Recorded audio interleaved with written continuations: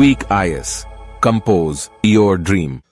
Hello दोस्तों, quick IAS में आपका स्वागत है। हमारे चैनल द्वारा लगातार एनसीईआरटी क्लास प्रोवाइड कराई जा रही है। ये क्लास 8 विज्ञान साइंस के एनसीईआरटी का पहला चैप्टर है। उसका नाम है फसल उत्पादन और प्रबंधन। इसमें हम जो है डिटेल में बताएंगे कि फसल उत्पादन कैसे होता है, कितने प्रकार की फसलें होती हैं और जो है किस प्रकार की मिट्टी में कौन सा उत्पादन होता है, मिट्टी का निर्माण कैसे होता है, डिटेल में इसको बताया जाएगा। आप लोग चैनल को सब्सक्राइब कर लीजिएगा, बेल आइकन को जरूर प्रेस कर लीजिएगा, जिससे इस तरह क्लास आपको लगातार मिलती रहे। हम लोग शुरू करते हैं सीधे लेसन की ओर। क्लास 8 एनसीईआरटी का जो है विषय सूची है, सिलेबस है, इसमें हमें क्या क्या पढ़ना है। जिससे पहला टॉपिक है आपका जो है फसल उत्पादन और प्रबंधन, सूक्ष्म जीव, मित्र और शत्रु। सूक्ष्म जीव जो हमारे होते हैं उनसे कौन कौन सी बीमारियां होती हैं, क्या होता है, इनके बारे में पढ़ना है। कोयला और जो है पेट्रोलियम उत्पादन क्या होते हैं, इनके बारे में पढ़ना है। दहन और ज्वाला, पौधे और जंतुओं का संरक्षण कैसे किया जाता है, जंतुओं में जो है जनन कैसे होता है, इसको पढ़ना है हमें। किशोरावस्था की जो है अवस्था की ओर क्या होता है, बल और दाब क्या होता है, फिजिक्स का चैप्टर है, इसको पढ़ना है हमें। इसके अलावा घर्षण पढ़ना है हमें। ध्वनि और विद्युत धारा के रासायनिक प्रभाव क्या हैं, कुछ प्राकृतिक परिघटनाएं क्या होती हैं, इनको जानना है और प्रकाश के बारे में पढ़ना है। तो टोटल इसमें 13 टॉपिक है, हमें पूरा पढ़ना है। इससे पहले जो है हमने क्लास 7 के एनसीईआरटी में जो है 13 टॉपिक पूरा कंप्लीट करा दिया है और ये 13 टॉपिक हमें जो है पढ़ना है क्लास 8 की एनसीईआरटी में। हम लोग शुरू करते हैं सीधे एक एक चैप्टर की ओर। आप लोग जरूर चैनल को सब्सक्राइब कर लीजिएगा, बेल आइकन को प्रेस कर लीजिएगा, जिससे इस तरह सारी एनसीईआरटी क्लास आपको लगातार मिलती रहे। ठीक है, हम लोग शुरू करते हैं सीधे लेसन की ओर।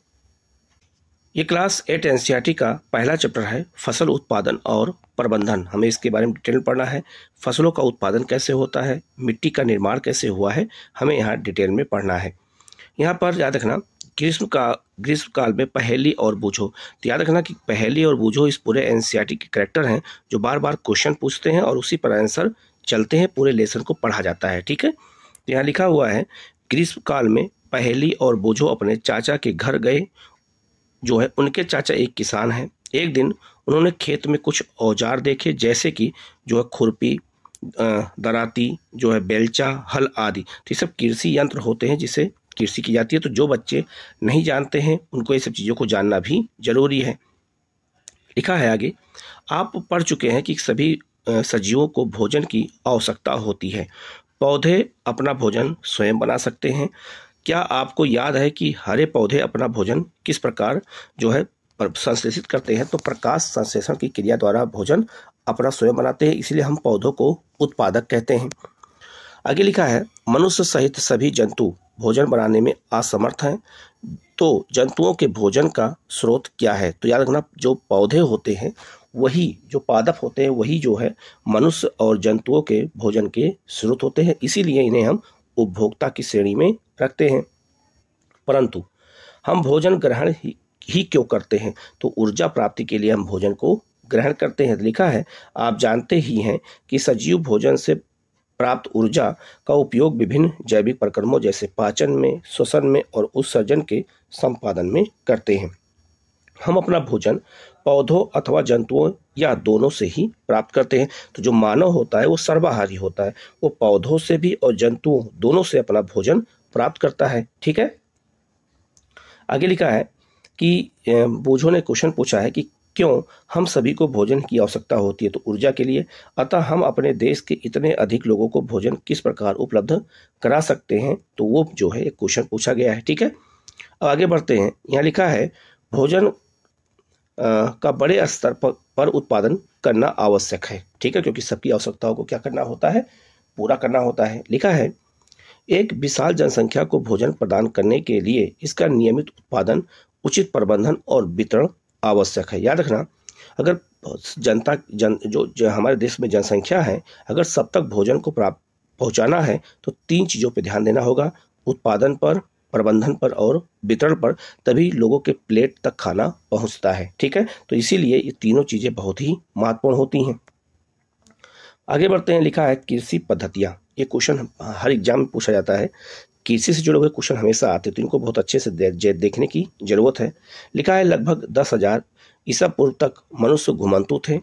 वह एक स्थान से दूसरे स्थान तक भोजन और आवास की खोज में समूह में विचरण करते थे। वे कच्चे फल और सब्जियां खाते थे और उन्होंने भोजन के लिए जंतुओं का शिकार करना आरंभ किया। कालांतर में खेती पर चावल, गेहूं और अन्य खाद्य फसलों को उत्पादित कर सके, इस प्रकार कृषि का प्रारंभ हुआ। तो कृषि प्रारंभ हमारे जो है वो भारतीय उपमहाद्वीप में मेहरगढ़ में पहले प्रारंभ हुआ था, फिर कोलडिहवा और फिर जो है लहुरादेव में, जो हम इतिहास में पढ़ते हैं जो है प्राचीन काल में। आगे लिखा है, जब एक ही किस्म के पौधे किसी स्थान पर बड़े पैमाने पर उगाए जाते हैं तो उसे हम फसल कहते हैं। जैसे आप इस मैप पे देखिएगा, गेहूं की फसल है, तो गेहूं जब एक ही किस्म, जैसे गेहूं की फसल उगाई जा रही है तो पूरे बड़े पैमाने पर उगाई जा रही है, तो उसको हम क्या कहते हैं? फसल कहते हैं। ठीक है। आगे लिखा है, उदाहरण के लिए गेहूं की फसल का अर्थ है कि खेत में उगाए जाने वाले सभी पौधे गेहूं के हैं। जैसा कि आपने अभी मैप पे देखा, आप देखिए मैप पे, तो केवल गेहूं की फसल आपको खेत में दिख रही है। तो इसका मतलब यह हुआ कि केवल गेहूं की फसल पूरे खेत में उगाई जा रही है, जो एक फसल को हम उसके नाम से जानते हैं। आगे लिखा है, आप जानते ही हैं कि फसलें विभिन्न प्रकार की होती है, जैसे कि अन्न, सब्जियां और फल। जिस मौसम में यह पौधे उगाए जाते हैं उसी के आधार पर हम फसलों का वर्गीकरण कर सकते हैं। भारत एक विशाल देश है। यहाँ तापमान, आर्द्रता और वर्षा जैसी जलवायु परिस्थितियाँ एक क्षेत्र से दूसरे क्षेत्र में भिन्न है। मतलब हमारे देश में जो जलवायु है एक क्षेत्र से दूसरे क्षेत्र में क्या है? भिन्न है। जैसे अगर हम बात करें तो आधा भारत जो है उष्ण कटिबंध में है और आधा भारत शीतोष्ण कटिबंध में है। तो यहाँ का तापमान, यहाँ की आर्द्रता और यहाँ की वर्षा दोनों में क्या होगा? अंतर होगा। और जब इसमें अंतर होगा, जलवायु परिस्थितियों में अंतर होगा, तो उत्पादन भी फसलों का अलग अलग स्थान पर होगा। ठीक है। आगे लिखा है, अतः देश के विभिन्न भागों में विविध प्रकार की फसलें उगाई जाती हैं। इस विविधता के बावजूद मोटे तौर पर फसलों को दो वर्गों में बांटा जा सकता है। एक है खरीफ की फसल और एक है रबी की फसल, और एक होती है जायद की फसल। लेकिन मुख्य रूप से अगर हम बात करें तो मुख्य रूप से दो चीज़ों के बारे में बात करना है, मतलब खरीफ की फसल और रबी की फसल। अब आप किसी भी एग्जाम में जाते हैं, आपको ये क्वेश्चन हमेशा मिलते हैं कि खरीफ की फसलें कौन कौन सी होती हैं और रबी की फसलें कौन कौन सी होती हैं। तो जो खरीफ की फसलें होती है वो वर्षा ऋतु में बोई जाती हैं, ग्रीष्म ऋतु में बोई जाती हैं, और जो रबी की फसलें होती हैं वो शीत ऋतु में बोई जाती हैं। तो ये कब बोई जाती है और कब काटी जाती हैं, इनके वर्ष को भी एग्जाम में आपसे पूछा जाता है। तो यहाँ लिखा हुआ है, वह फसल जिन्हें वर्षा ऋतु में बोया जाता है खरीफ फसल कहलाती है। तो वर्षा ऋतु की जो फसल होती है उसे हम क्या कहते हैं? खरीफ फसल कहते हैं। भारत में वर्षा जो ऋतु सामान्यतः जून से सितंबर तक होती है। तो जून से सितंबर तक जो फसल बोई जाती है उसी को हम खरीफ की फसल कहते हैं। धान, मक्का, सोयाबीन, मूंगफली, कपास आदि खरीफ की फसलें हैं। तो क्वेश्चन आप जाके देखिएगा, बहुत सारे क्वेश्चन पूछे गए हैं कि धान, मक्का या जिसे धान हम चावल कहते हैं, सोयाबीन, मूंगफली, कपास, ये किस प्रकार की फसल है? तो ये खरीफ की फसलें हैं। ठीक है। आगे लिखा है, रबी की फसलें ये शीत ऋतु में बोई जाती हैं, अक्टूबर से मार्च तक। ये अक्टूबर में बोई जाती हैं और मार्च तक काट ली जाती हैं। में उगाई जाने वाली फसलें रबी फसलें कहलाती हैं। गेहूं, चना, मटर, सरसों और अलसी रबी फसल के उदाहरण हैं। अब ये सब क्वेश्चन आपसे एग्जाम में पूछा जाता है, तो ये सब आपको याद करके बताना पड़ेगा। इसके अलावा कई स्थानों पर दालें और सब्जियां ग्रीष्म ऋतु में उगाई जाती हैं काल में। ध्यान रखना, जो हमारे यहाँ जायद की फसलें होती हैं वो मार्च से जून तक बोई जाती हैं, मार्च से लेकर के जून तक। और ऐसी फसलों में ककड़ी जो है, तरबूज, खरबूजा होता है, इन सबको। लेकिन मुख्य रूप से अगर फसलों की बात करें तो रबी और खरीफ की फसल को याद रखिएगा। आगे लिखा है, आधारित फसल पद्धति क्या होती है? ठीक है, हम इसके बारे में देखते हैं कि ये आधारित फसल पद्धति किसे कहते हैं। तो लिखा है, फसल उगाने के लिए किसान को अनेक क्रियाकलाप जो है सामयिक अवधि में करने पड़ते हैं, उस दौरान करने पड़ते हैं। आप देखेंगे कि यह क्रियाकलाप उस प्रकार के हैं जिसका उपयोग माली अथवा आप सजावटी पौधे उगाने के लिए करते हैं। ये क्रियाकलाप अथवा कार्य कृषि पद्धति जो है को आगे दिए गए हैं। ठीक है, आगे दिया गया है, आप यहाँ देख सकते हैं, जो कृषि पद्धति होती है उससे पहले क्या करते हैं? मिट्टी को तैयार करना, बुआई करना, खाद और उर्वरक डालना, फिर सिंचाई करना, खरपतवार से सुरक्षा देना, फिर उसकी कटाई करना और फिर भंडारण करना। तो ये इतने चरण में फसलों का उत्पादन और भंडारण किया जाता है। पहला चरण है मिट्टी को तैयार करना। लिखा है फसल उगाने से पहले मिट्टी तैयार करना प्रथम चरण है। मिट्टी को पलटना, उसे पोला बनाना और कृषि का अत्यंत महत्वपूर्ण कार्य है। इससे जो जड़ें भूमि में गहराई तक जा सकती हैं। पोली मिट्टी में गहराई में धंसी जड़ें भी सरलता से श्वसन कर सकती हैं। पोली मिट्टी किस प्रकार पौधों को जड़ों को सरलता से श्वसन करने में सहायक होती है, क्योंकि वहां तक जो है सांसें मतलब वहां तक ऑक्सीजन पौधों को मिलता रहता है। आगे लिखा है पोली मिट्टी। जो पोली मिट्टी होती है ये ह्यूमस मिट्टी को कहते हैं। तो मिट्टी में रहने वाले केचुओं और सूक्ष्म जीवों की वृद्धि करने में सहायता करती है। ठीक है, तो ये जो केचुए होते हैं, सूक्ष्म जीव होते हैं, ये ह्यूमस मिट्टी को बनाने में योगदान देते हैं। यह जीव किसानों के मित्र होते हैं। कौन? केचुए और सूक्ष्म जीव, क्योंकि यह मिट्टी को और पलटकर पोला करते हैं तथा ह्यूमस बनाते हैं। परंतु मिट्टी को जो है पलटना और पोला करना क्यों आवश्यक होता है? इसलिए आवश्यक होता है जिससे मिट्टी और उपजाऊ बन जाए और पौधों की जड़ें और गहराई तक जा सके। आप पिछली कक्षाओं में पढ़ चुके हैं कि मिट्टी में खनिज, जल, वायु और कुछ सजीव होते हैं। इसके अतिरिक्त जो है मृत पौधे और जंतु भी मिट्टी में पाए जाते हैं। पाए जाने वाले जीवों द्वारा अपघटित होते हैं। इस प्रक्रम में मृत जीवों में पाए जाने वाले पोषक मिट्टी में जो है नियुक्त होते हैं या पोषक पौधों द्वारा अवशोषित किए जाते हैं। तो जो पोषक होता है उन्हें पौधे जो है अवशोषित करते हैं और इसीलिए पौधों की वृद्धि होती है। आगे लिखा है क्योंकि ऊपरी परत के कुछ सेंटीमीटर की मिट्टी ही पौधों की वृद्धि में सहायक होती है। तो यह आप ये मिट्टी का जो है एक लेयर देखिए, आपको ये सस्ता दिया गया है। सबसे ऊपर वाली जो मिट्टी बहुत पतली मिट्टी है, देखो वहीं पर पौधे लगे हुए हैं। तो वही मिट्टी जो है पतली जो परत होती है, कुछ सेंटीमीटर की होती है, यही उपजाऊ होती है। इसी में सारे पौधों की वृद्धि में सहायक पोषक तत्व पाए जाते हैं, जिसे हम ह्यूमस कहते हैं। आगे है इसे उलटने पलटने और पोला करने में पोषक पदार्थ ऊपर आ जाते हैं और पौधे इन पोषक पदार्थों का उपयोग कर सकते हैं। अतः मिट्टी को उलटना पलटना और पोला करना फसल उगाने के लिए अत्यंत महत्वपूर्ण होता है। ठीक है, आगे लिखा है मिट्टी को उलटने पलटने और पोला करने की प्रक्रिया जुताई कहलाती है। ठीक है, इसे हल चला करते हैं। हल लकड़ी अथवा लोहे के बने होते हैं। यदि मिट्टी अत्यंत सूखी है तो जो है जुताई से पहले इसे पानी देने की आवश्यकता भी पड़ती है। जुते हुए खेत में मिट्टी के बड़े बड़े ढेले भी हो सकते हैं। इन्हें एक पाटल की सहायता से तोड़ा जाता है, जिसे हम लोग पाटल कहते हैं। जिसे आप इस मैप पर देख सकते हैं कि बैल द्वारा और ट्रैक्टर द्वारा उसको क्या करते हैं, पोलप जो उसे पाटन करते हैं, जिससे बड़े बड़े मिट्टी के कण जो होते हैं, ढीले होते हैं, वो टूट जाते हैं। ठीक है, आगे लिखा है बुआई और सिंचाई के लिए खेत को समतल करना आवश्यक है। यह कार्य जो है पाटल द्वारा किया जाता है। ठीक है, आगे लिखा है कभी कभी जुताई से पहले खाद दी जाती है, जैसे गोबर की खाद हो गया। ठीक है, इससे जुताई के समय खाद मिट्टी में भली भांति मिल जाती है। अब बुआई से पहले खेत में पानी दिया जाता है। दूसरा है कृषि औजार। तो लिखा है अच्छी उपज के लिए बुआई से पहले मिट्टी को भुरभुरा करना आवश्यक होता है, जिससे पौधों की जड़ें गहराई तक जा सके। यह कार्य अनेक औजारों से किया जाता है। हल, कुदाली और जो है कल्टीवेटर इस कार्य में उपयोग किए जाने वाले प्रमुख औजार होते हैं। ठीक है, तो बिना कृषि औजार की कृषि नहीं हो सकती। आप यह देख सकते हैं ये खेत के लिए जो है ये फाल है। ठीक है, और ये आपका जोत करने के लिए बैल है और ये आपका हल सेप्ट है, जिसके माध्यम से खेती की जाती है। और ये जो है लोहे के इसमें लगे होते हैं, जिससे गहराई तक जुताई खेतों की हो जाती है। ठीक है, आगे लिखा है हल। प्राचीन काल से ही हल का उपयोग जुताई, खाद उर्वरक जो है मिलाने, खरपतवार निकालने और मिट्टी खुरचने के लिए किया जाता रहा है। यह औजार लकड़ी का बना होता था, जिसे बैलों की जोड़ी अथवा अन्य पशुओं जैसे घोड़े या ऊंट की सहायता से खींचा जाता है। इसमें लोहे की मजबूत जो है तिकोनी पत्ती होती है, जिसे फाल कहते हैं। हल का मुख्य भाग लकड़ी जो है लंबी लकड़ी का बना होता है, जिसे हम हल सेप्ट कहते हैं। इसके लिए इसके एक सिरे पर हैंडल होता है और दूसरा सिरा जो है जोत के डंडे से जुड़ा होता है, जो आपका बैल से जुड़ा होता है। आगे लिखा है जिसे बैलों के गर्दन के ऊपर रखा जाता है। यह एक जोड़ी बैल और एक आदमी इसे सरलता से चला सकता है, जैसा यहाँ पे चित्र में दिखाया गया है।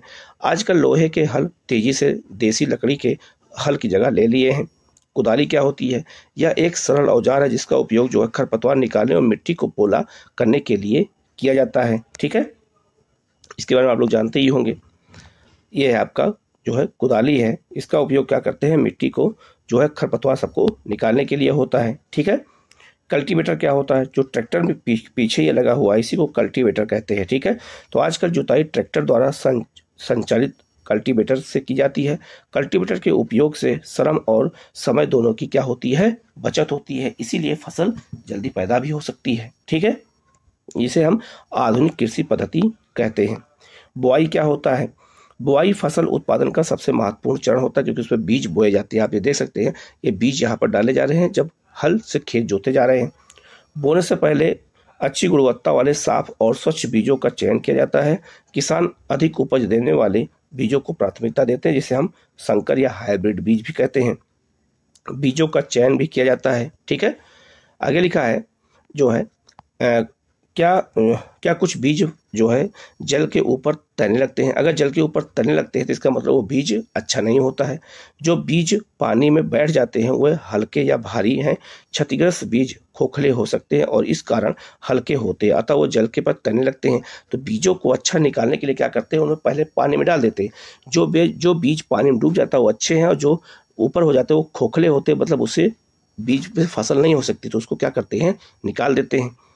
अच्छे और स्वच्छ बीजों को क्षतिग्रस्त बीजों से अलग करने की यह एक अच्छी विधि होती है।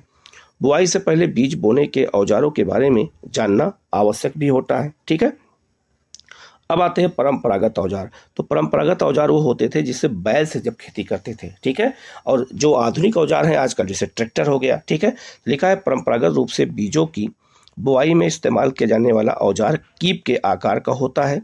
बीजों को कीप के अंदर डालने पर एक या दो नुकीले सिरे वाले पाइपों से गुजरते हैं, और जिसे मतलब सिरे मिट्टी को जो है भेद कर बीज को स्थापित कर देते हैं। आप मैप पे यहाँ देख सकते हैं चित्र में, यहाँ पर बीज डाला जा रहा है, इसी के माध्यम से, ये नली के माध्यम से नीचे आकर के मिट्टी में चला जाता है और वहीं से पौधे फिर निकलने लगते हैं। ये परंपरागत विधि है।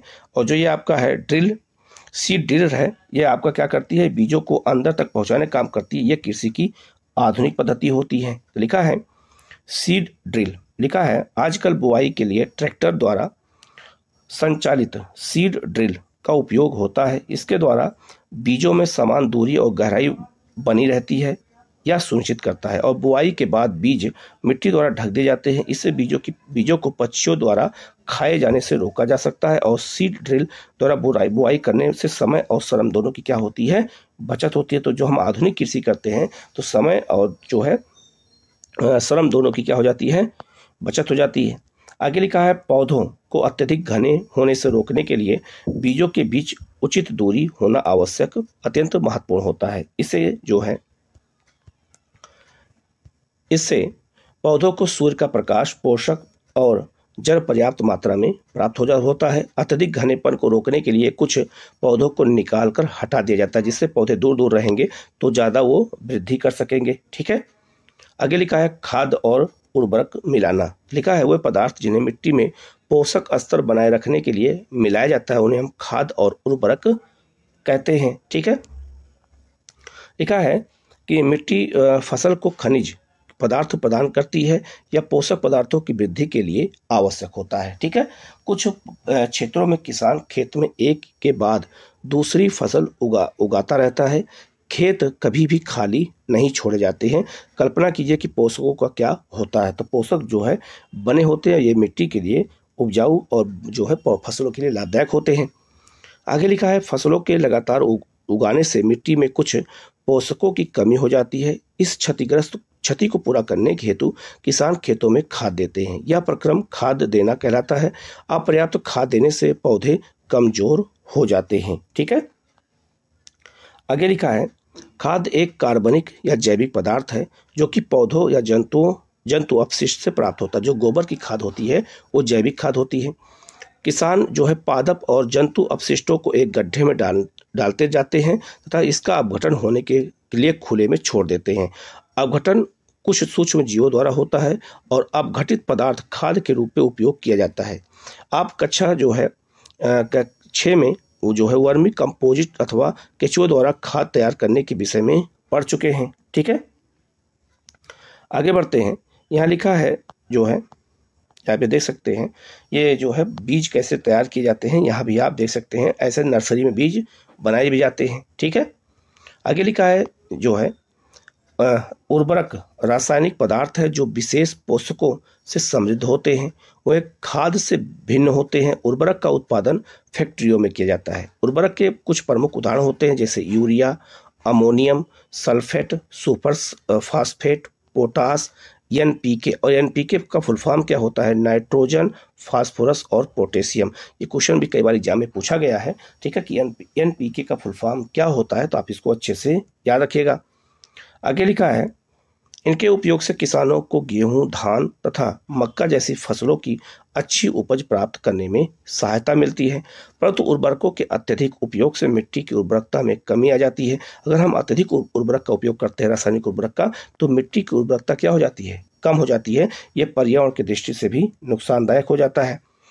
आगे लिखा है जो है यह जल प्रदूषण का भी स्रोत होता है। तो उर्वरक जो है मिट्टी को भी प्रदूषित कर देता है, उर्वरक क्षमता को कम कर देता है और जल को भी प्रदूषित कर देता है।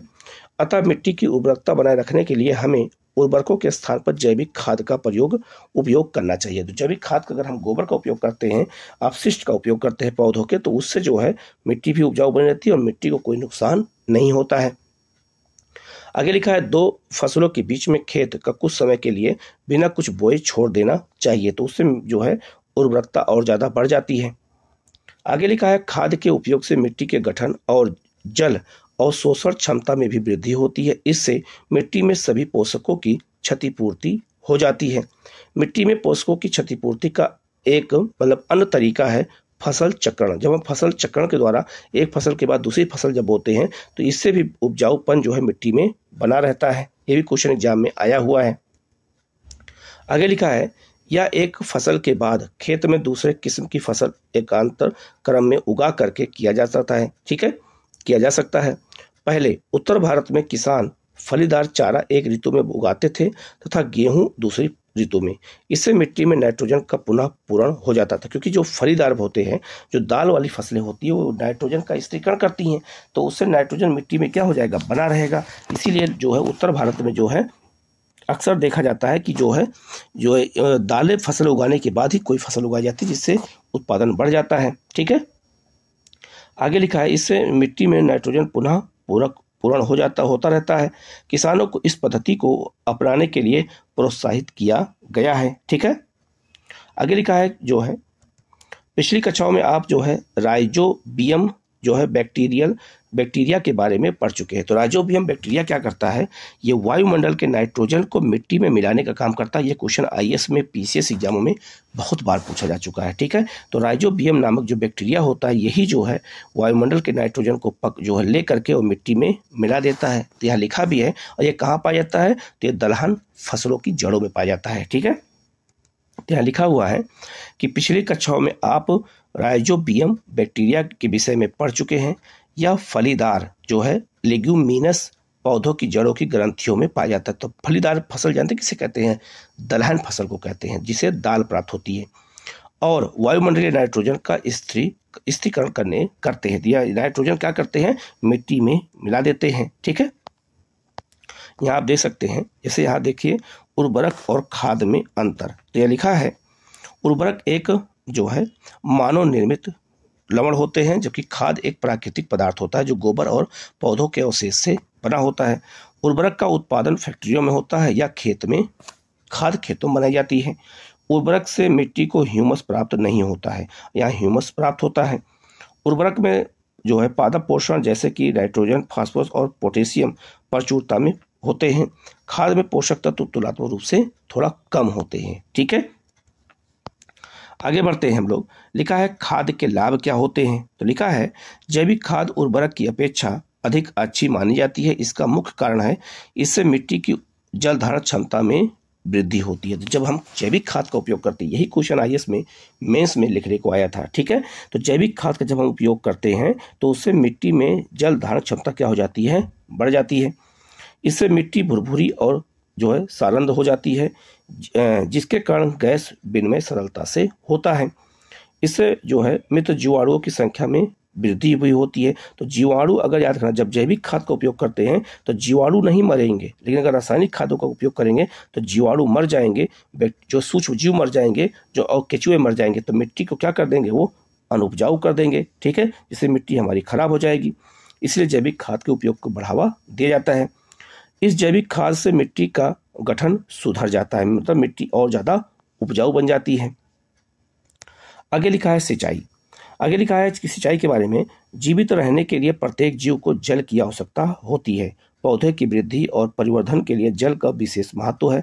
पौधे की जड़ों द्वारा जल का अवशोषण होता है। तो पौधे जो है जड़ों द्वारा जल का अवशोषण करते हैं, जिसके साथ खनिजों और उर्वरकों का भी अवशोषण होता रहता है। पौधों में लगभग 90% जल होता है, ठीक है। यह जल आवश्यक है क्योंकि बीजों का अंकुरण सूक्ष्म स्थिति में नहीं हो सकता है। तो याद रखना, जो मिट्टी में हम बीज डालते हैं, जब तक वहाँ पे आर्द्रता नहीं होगी, नमी नहीं होगी, तब तक बीजों से अंकुरण नहीं हो सकता है, ठीक है। आगे लिखा है, जल में घुले हुए पोषक का हस्तांतरण पौधे के प्रत्येक भाग में होता है। यह फसल के पाले और गर्म हवा से रक्षा करता है। स्वच्छ फसल वृद्धि के लिए मिट्टी की नमी को बनाए रखने के लिए खेत में नियमित रूप से जल देना आवश्यक हो जाता है। आगे लिखा है, निश्चित अंतराल पर खेत में जल देना सिंचाई कहलाता है। और सिंचाई का समय और बारंबारता फसलों, मिट्टी और ऋतु में भिन्न होती है। जैसे वर्षा ऋतु में ज़्यादा सिंचाई की आवश्यकता नहीं पड़ती है, लेकिन गर्मियों में सिंचाई की आवश्यकता ज़्यादा पड़ती है। गर्मी में पानी देने की बारंबारता अपेक्षाकृत अधिक होती है। ऐसा क्यों? क्योंकि जल्दी ही पानी वाष्पीकृत होकर के उड़ जाता है। क्या यह मिट्टी और पत्तियों से जल वाष्पन की दर अधिक होने के कारण हो सकता है? बिल्कुल ऐसा होता है, ठीक है। तो एनसीईआरटी की विशेषता होती है कि जो क्वेश्चन पूछा जाता है उसका उत्तर तुरंत वहीं पर दे दिया जाता है, ठीक है। सिंचाई के स्रोत क्या हो सकते हैं? तो कुओं द्वारा सिंचाई, जलकूप, इसे हम नलकूप कहते हैं, इसके द्वारा सिंचाई की जाती है। तो सबसे अधिक सिंचाई उत्तर प्रदेश में नलकूप द्वारा होती है। तालाब, झील से सिंचाई होती है, खासकर कहाँ पर? तो दक्षिण भारत में, खासकर तमिलनाडु में। नदियों द्वारा सिंचाई होती है पूरे भारत में, बांध बनाए जाते हैं। और नहर उत्तर भारत में द्वारा जो है जल के स्रोत होते हैं जिससे सिंचाई की जाती है, ठीक है। आप ये देख सकते हैं, ये जो है एक मोट है जो कुएं से द्वारा सिंचाई के लिए किया जा रहा है, ठीक है।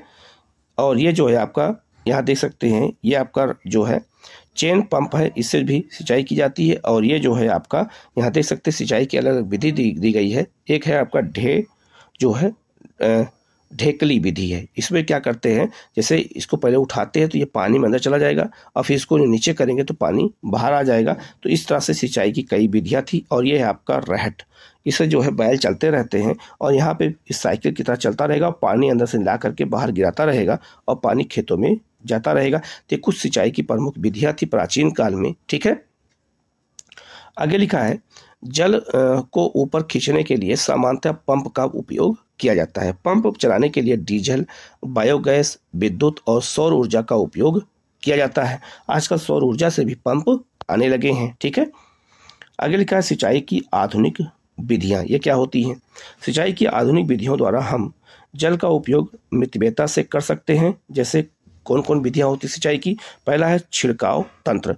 तो स्प्रिंगल जो है सिस्टम होता है, इसमें बूंद बूंद सिंचाई होती है। इसमें जो फुहारे नुमा पानी निकलता है और जो है उसे जो है पौधों को दिया जाता है। तो आप इस मैप के माध्यम से देख सकते हैं कि छिड़काव सिंचाई कैसी होती है, ठीक है। लिखा है, इस विधि का उपयोग आज समतल भूमि के लिए किया जाता है। जैसे आज मान लीजिए कोई पहाड़ी क्षेत्र है, तो पहाड़ी क्षेत्र में पानी एक साथ तो जाएगा नहीं, तो वहाँ पर छिड़काव सिंचाई द्वारा ही सिंचाई की जाती है। तो आज समतल भूमि के लिए ही ऐसी सिंचाई होती है, खासकर हमारे दक्षिण भारत में, ठीक है। जहाँ पर जल कम मात्रा में उपलब्ध होता है वहाँ ये भी कारण है। ऊर्ध्वाधर पाइपों, नालों के ऊपरी सिरों पर घूमने वाले नोजल लगे होते हैं। यह पाइप निश्चित दूरी पर मुख्य पाइप से जुड़े होते हैं। जब पंप की सहायता से जल मुख्य पाइप में भेजा जाता है तो वह घूमते हुए नोजल से बाहर निकलता है। इसका छिड़काव पौधों पर इस प्रकार होता है जैसे वर्षा हो रही है। जैसे वर्षा होती है उस तरह सिंचाई होता है, तो जितनी पानी की आवश्यकता होती है पौधों को, उतना पानी उनको आराम से मिल जाता है, ठीक है। आगे लिखा है, छिड़काव पौधों पर इस प्रकार होता है जैसे वर्षा हो रही है।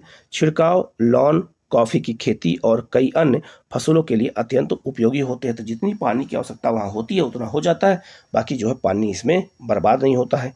दूसरा है आपका ड्रिप तंत्र। ड्रिप सिस्टम क्या होता है, तो इसमें याद रखना पौधों की जड़ों पर पानी की बूंदें गिराई जाती हैं तो वो ड्रॉप होता है एक तरह से। तो एक जितना पानी पौधों को चाहिए उतना पानी उनको मिल जाता है, बाकी पूरे खेत में पानी नहीं भरा जाता है। तो लिखा है इस विधि में जल बूंद बूंद करके सीधे पौधों की जड़ों में गिरता है। ठीक है, अतः इसे ड्रिप तंत्र कहते हैं। ठीक है, फलदार पौधों, बगीचों, वृक्षों को पानी देने की यह सर्वोत्तम तरीका होता है।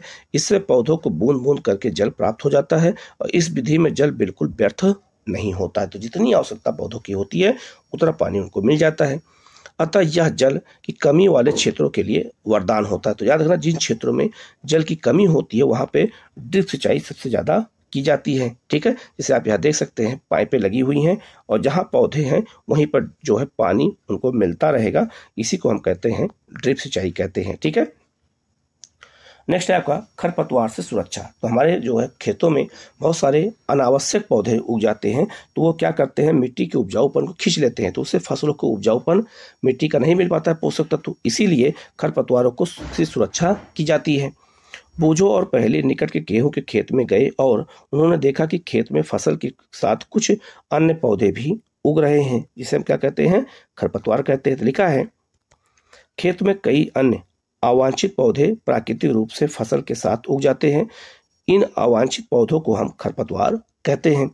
खरपतवार हटाने को निराई कहते हैं। हम निराई के द्वारा उनको क्या कहते हैं खरपतवार को पौधों से निकाल देते हैं, फसलों से।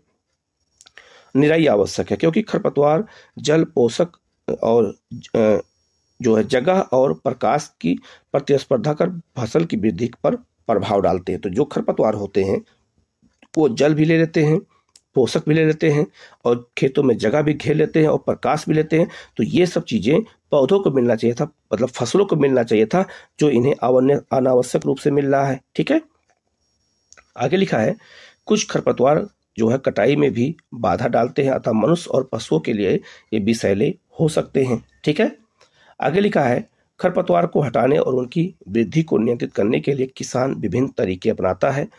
फसल उगाने से पहले खेत जोतने से खरपतवार जो है उखाड़ने और हटाने में सहायता मिलती है। इससे खरपतवार पौधे सूख कर मर जाते हैं और मिट्टी में मिल जाते हैं। खरपतवार हटाने का सर्वोत्तम समय उसमें पुष्पन और बीज बनने से पहले होता है। अगर उसमें बीज बन जाएगा तो फिर से जम जाएंगे उसमें। ठीक है, खरपतवार पौधों को हाथ से जड़ सहित उखाड़ कर अथवा भूमि के निकट के कुछ हटा करके उसको हम क्या करते हैं खेत को साफ कर देते हैं।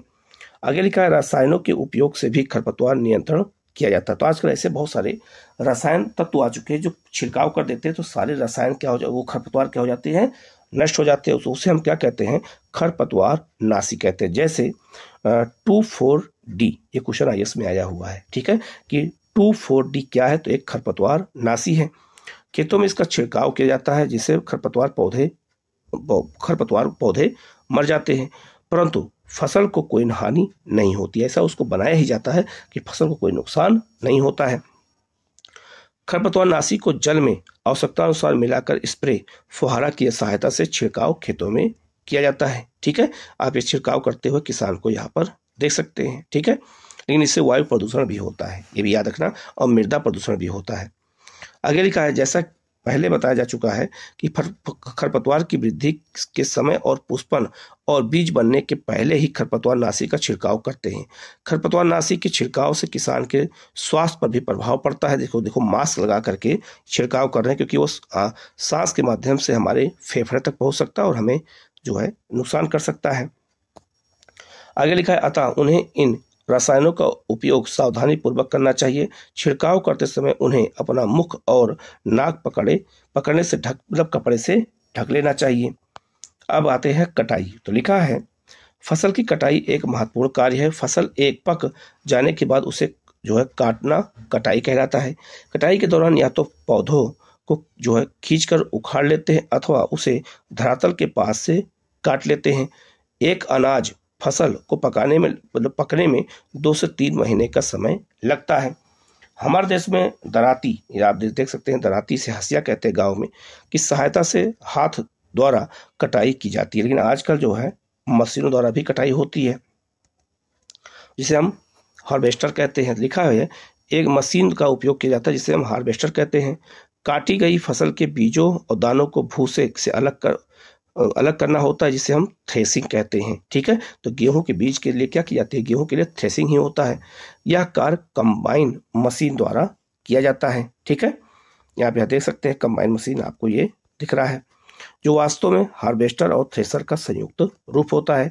छोटे खेत वाले किसान अनाज के दानों को जो है पटक करके, जैसे धान की फसल को क्या करते हैं, पटक करके तब उससे बीज निकालते हैं। ठीक है, कर जो है अलग करते हैं, जैसा आप इस विषय में आगे हम बताएंगे। ठीक है, आगे पीछे आप लोग पढ़ भी चुके हैं, तो आप लोग इसको बारे में जानते भी होंगे। ठीक है, आगे लिखा है आपका जो है कटाई पर्व क्या होता है।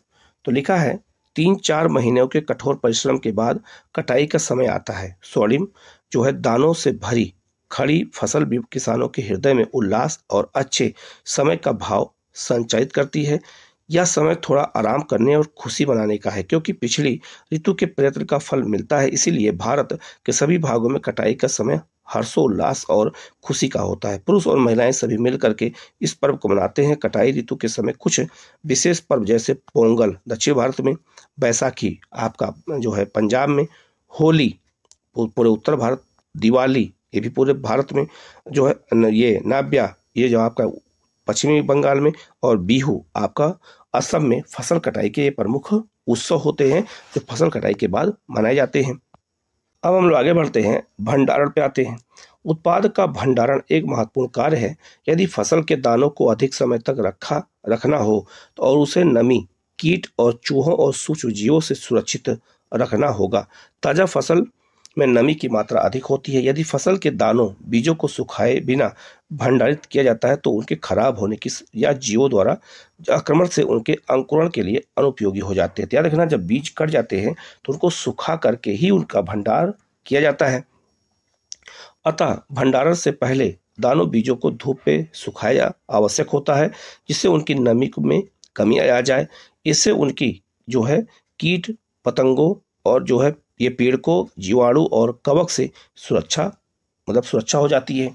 किसान अपनी फसल उत्पादन का भंडारण जो है जूट के बोरों, धातु के बड़े पात्र में करते हैं, परंतु बीजों का बड़े पैमाने पर भंडारण साइलो और भंडार गृहों में किया जाता है, जिसे हम जो है गोदाम कहते हैं, जिससे जो है उनको, ये आप देख सकते हैं अनाज के भंडार के अलग अलग ये केंद्र बने हुए हैं। यहाँ लिखा है भारतीय खाद्य निगम, जहाँ पर भंडारण किया जाता है। ठीक है, यहाँ पे देख सकते हैं ये भी एक गोदाम है जहाँ पर बोरियों में जो है अनाजों को रखा गया है। ठीक है, आगे लिखा है जो है पेड़ को जैसे चूहे और कीटों से सुरक्षा कर सके। नीम की सूखी पत्तियां घरों में अनाज के भंडारण में उपयोग की जाती है। तो हमारे यहाँ आजकल देखा होगा, हमेशा होता रहा है ऐसा प्राचीन काल से ही, कि पौधों की जो ये नीम होता है, नीम की पत्ती जो है, इसको कहाँ रख देते हैं, तो फसलों में, अनाज में रख देते हैं, जिससे अनाज में कीड़े नहीं लगते हैं। बड़े भंडार गृहों में अनाज को, पेड़ को और सूक्ष्म जीवों से सुरक्षित रखने के लिए रासायनिक जो है उपचार किया जाता है। तो रासायनिक जो है पाउडर द्वारा भी जो है बीजों को सुरक्षित रखा जाता है। ठीक है, हम लोग आगे बढ़ते हैं। लिखा है पौधों की तरह ही जंतु भी हमें विभिन्न प्रकार के खाद्य पदार्थ प्रदान करते हैं। समुद्र के तटीय क्षेत्रों में रहने वाले लोग मछली का मुख्य आहार के रूप में उपयोग करते हैं। पिछली कक्षा में पौधों से प्राप्त होने वाले खाद्य पदार्थों के विषय में आप पढ़ चुके हैं। हमने सभी जो है सीखा जो है कि अभी की फसल उत्पादन के विभिन्न चरण होते हैं, जैसे बीजों का चयन, बुआई आदि। इसी प्रकार घरों में अथवा फार्म पर पालने वाले पालतू पशुओं को उचित भोजन और आवास और देखभाल की आवश्यकता होती है। जब बड़े पैमाने पर ऐसा किया जाता है तो उसे हम पशुपालन कहते हैं। ठीक है, ये कुछ हमने क्या सीखा इस चैप्टर में, ये देख लेते हैं। लिखा है कि बढ़ती हुई जनसंख्या को भोजन प्राप्त करने के लिए हमें विशिष्ट कृषि पद्धतियों को अपनाना होता है। किसी स्थान पर उगाए जाने वाले एक ही प्रकार के पौधों को हम फसल कहते हैं। भारत में फसलों को ऋतु के आधार पर 2 उप वर्गों में बांटा गया है, रबी और खरीफ मुख्य रूप से, लेकिन इसमें जायद भी होता है। जुताई करके मिट्टी तैयार करना और उसे समतल करना आवश्यक है। इस कार्य के लिए हल और पाटल का उपयोग किया जाता है। बीजों को उचित गहराई पर बोना और उनके बीच उचित दूरी रखना अच्छी उपज के लिए आवश्यक होता है। और बीजों की अच्छी किस्म का चयन करके स्वच्छ बीजों को बोया जाता है और जो है सीड ड्रिल की सहायता से बुआई की जाती है। ठीक है। मिट्टी में पोषकों की समृद्धि और पुनः जो है पूर्ति की आवश्यकता होती है, जिसे कार्बनिक खाद और उर्वरक के उपयोग से किया जाता है। फसलों की नई किस्म के आने से रासायनिक उर्वरकों के उपयोग में वृद्धि होती है। उचित समय और अंतराल पर फसल को जल देना सिंचाई कहलाता है। निराई में अवांछित और बिना उगाए पौधों को हटाना उसे हम खरपतवार कहते हैं। ठीक है। आगे लिखा है कटाई का अर्थ है पकी हुई फसल को हाथों या मशीनों से हटाना। दानों को भूसे से अलग करना थ्रेसिंग कहलाता है। बीजों को पीकड़ों और सूक्ष्म जीवों से संरक्षित करने के लिए उचित भंडारण आवश्यक होता है। पशुओं को पाल कर भी खाद्य पदार्थ प्राप्त किया जाता है, जिसे हम पशुपालन कहते हैं। ठीक है।